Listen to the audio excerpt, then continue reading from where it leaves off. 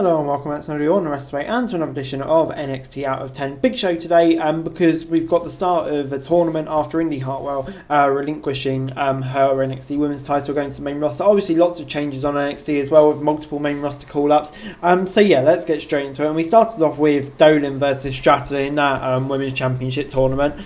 Stratton started strong and hit a double stomp before trying for an armbar. She then stomped on Dolan's arm before Dolan sidestepped a tackle and got some lariats and a kick. Stratton came back with double knees and an elbow drop before Gigi tried to take her down with a submission hold. Tiffany rolled through and broke the hold before going up the top for a moonsault and picking up the victory. And yeah, this gets a 6 out of 10 from me. Yeah, a good win for Tiffany here, and yeah, I mean it's probably the right decision as well. I think WWE are really hard on her, and rightfully so. And yeah, Gigi, I think there's nothing in that character for her to rebound, and yeah, good match to kick off the show really. So yeah, good stuff. It was then time for Gallus versus Dyad for the tag team titles. The team started fighting before the bell rang. Gallus was in control after the match officially began. Fowler was tagged in and got a control with super kicks and big boots, but Gallus sent Reed into the corner and hit a big splash. Gallus was about to get their finisher, but a distraction from Ava Rain allowed Dyad to counter it with a DDT. Ivy Nile then attacked Rain at ringside before Gallus got their finisher and picked up the victory.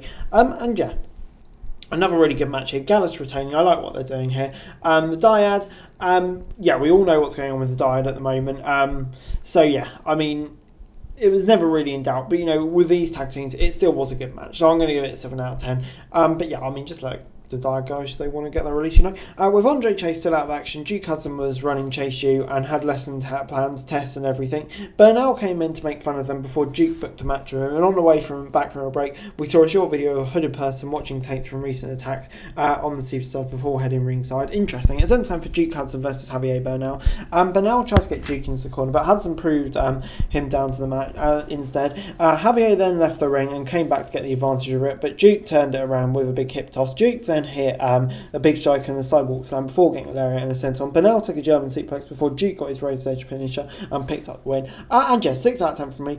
Good match. And yeah, I'm still very intrigued to see where this whole Duke Hudson Chase U thing is heading. I feel like it's all heading for a blowout when Chase returns, but we'll have to see. Von Wagner and Robert Stone were then getting along backstage, and the latter brought out the baby photo from before. Wagner then refused to answer, got angry and beat up a bystander before selling off. Fair enough, mate.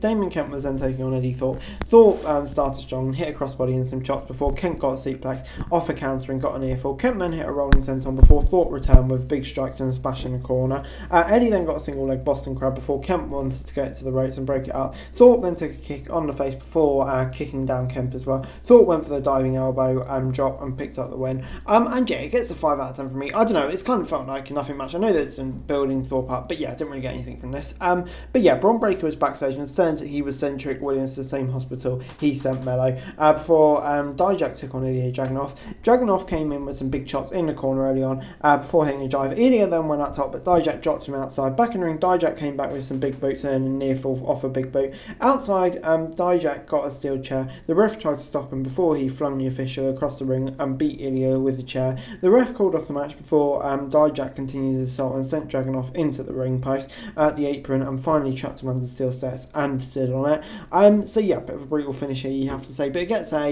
7 out of 10 for me. I like what they're doing here. New kind of dimension for Ilya here. And yeah, Dijak was a good person to have in this match as well, definitely. So it gets a 7 out of 10 from me. Backstage, Wesley thanked Tyler Bate for the help last week and offered Tyler help for walking out together as Bate took on Dempsey. Bate got a big suplex in the meantime before Dempsey tried to get the full Nelson in.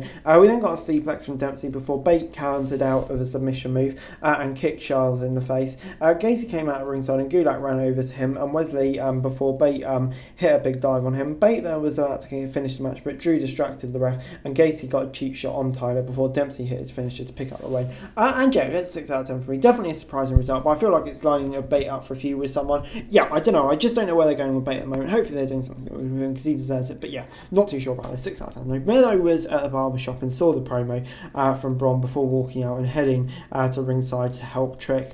And then it was time for Briggs and Jensen versus Hank and Tank Leisure. Briggs was taking a beating right off the bat as newcomers isolated him. He then got out of it and made the tag before they got some double team moves on Hank Walker. Tank then came in and took some big shots and a boot to the face before spitting up what looked like a tooth. Briggs went for the heart attack finisher and picked up the win. So yeah, I think basically don't take Walker and Ledger too seriously, but a good win for Briggs and Jensen. And yeah, kind of did what you need to do for them here, so I'll give it a 6 out of 10. Wasn't a bad match. Noam Dar was a man at the backstage and invited Dragon Lee to his talk show Supernova Sessions.